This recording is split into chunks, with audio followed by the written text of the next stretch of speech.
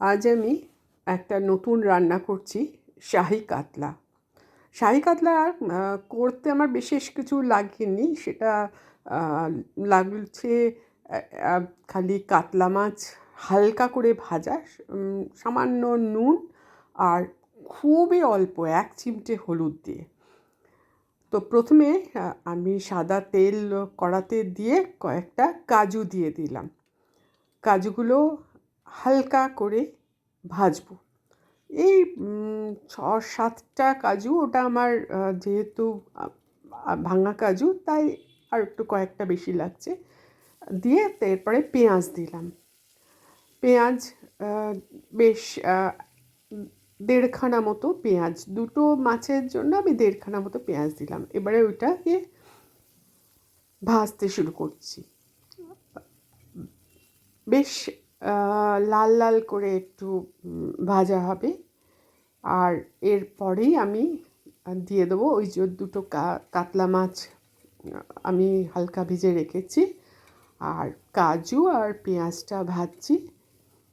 এরপরে আমি একটু লাল হলে, মানে একটুখানি স্বচ্ছ হলে বলা যেতে পারে, একটু আদা রসুন বাটা দেবো। আদা রসুন কাঁচা লঙ্কা বাটা দেবো। এই 1 টেবিল চামচের মতো দিলাম।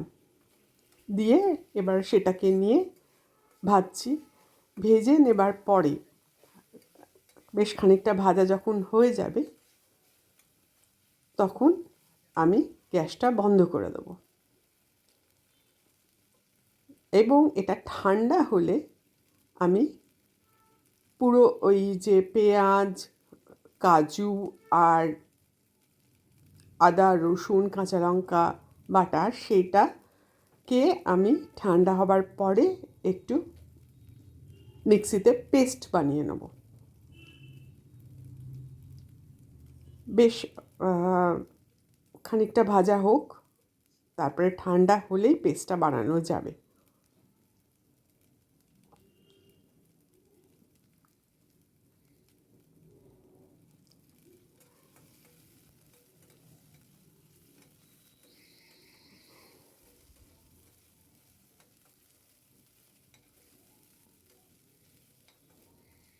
এই রান্নাটা খুব যে মশলা পাতি রয়েছে তা না, কিন্তু ওই কাজু, তারপরে এর পরের ধাপে আমি একটু কয়েকটা মাখানাও দেবো।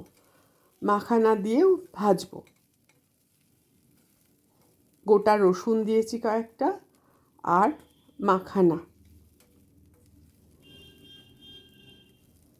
মাখানাটা দিয়ে আর একটু ভেজে তারপরে ঠান্ডা করে নেব।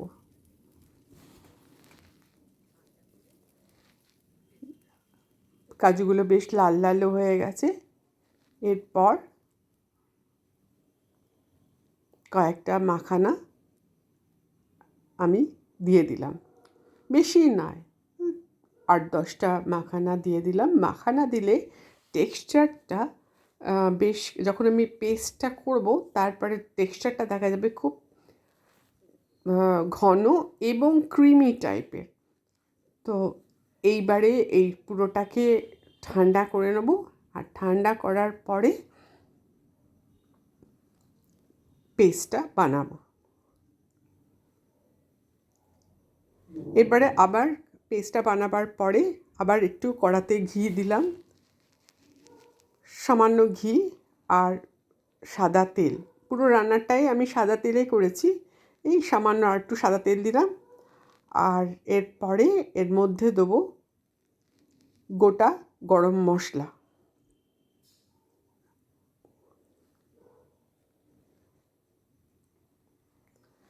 গোটা গরম মশলা দেবার পরে যখন তেলটা, এই গোটা 2-4টে এলাচ আর লবঙ্গ, দারচিনি দিইনি।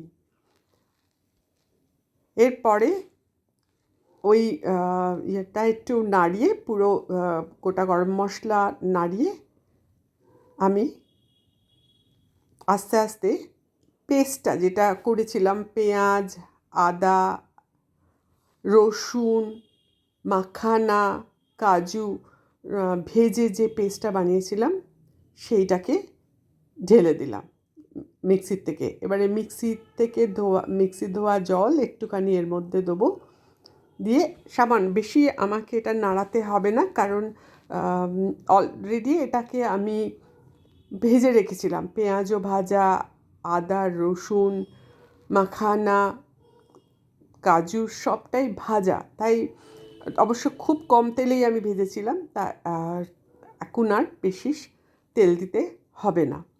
এরপরে একটা কথা বলতে ভুলে গেছি, এই যে পেস্টটা যখন বানিয়েছি তারই মধ্যে আমি ওই 2 চামচ মতো টক দই দিয়ে পেস্টটা বানিয়েছি। জলের বদলে টক দই দিয়েছিলাম। তো পেস্টটা একটু নাড়াচাড়া করার পরে আমি মাছগুলো ঢেলে দেবো, যেটা শুধু সামান্য নুন আর একেবারে 1 চিমটি হলুদ দিয়ে উল্টে পাল্টে নেওয়া। তাই এবারে মাছটাকে আমাকে একটু সেদ্ধর প্রয়োজন, এবং সেদ্ধ করার জন্য সামান্য জল, এটাকে মশলা মাখিয়ে নাড়িয়ে চাড়িয়ে এবারে আমি সামান্য জল দিয়ে দেবো। জল দিয়ে যাতে জল দেবার পরে মাছটা সেদ্ধ হয়ে যায়।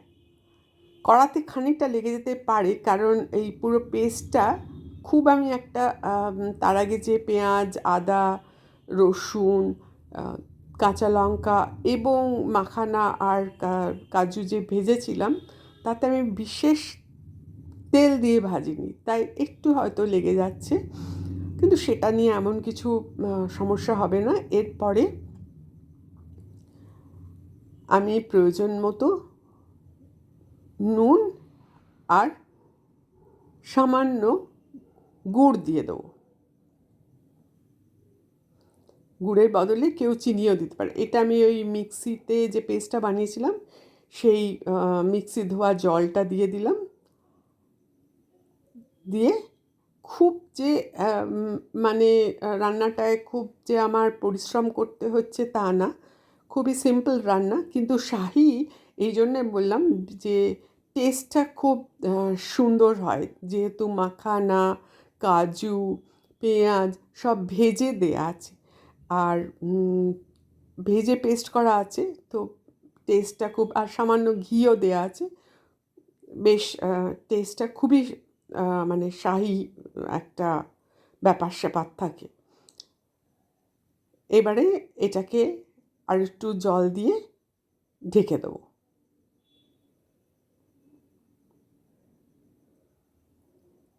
আর নামানোর কিছুক্ষণ আগে আমি একটু কসুরি মেথি দেবো, কারণ কসুরি মেথির গন্ধটা এতে থেকে ভীষণ ভালো যায়। এবারে পুরো জিনিসটা যাতে মাছগুলো ভালোভাবে সেদ্ধ হয় সেই জন্য আমি আরেকটু নুন দিলাম। নুন আগে দেওয়া ছিল, আরেকটু নুন দিলাম। পেস্টের সময় আমি একটু সামান্য নুন দিয়েছিলাম, আরেকটু নুন দিলাম। আর এবারে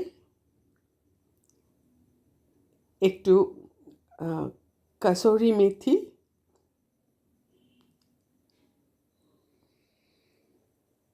দিয়ে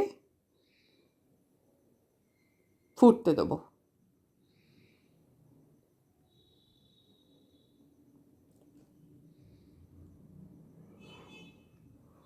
আজকে আমি গুড়ের বদলে চিনি দিলাম, যদিও চিনিটা আমি ইউজ করি না, বেশিরভাগ দিনই আমি গুড় ইউজ করি। এটা সাদা রঙটার জন্য, যাতে যদিও একটু লাল হয়েছে ভাজতে গিয়ে, তো সেই জন্য আমি একটু চিনি দিয়েছি।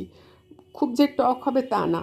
আর তারপরে আমি একটুখানি কসুরি মেথি আর ধনেপাতা দিয়ে ঢাকা দিয়ে নামিয়ে নিলাম।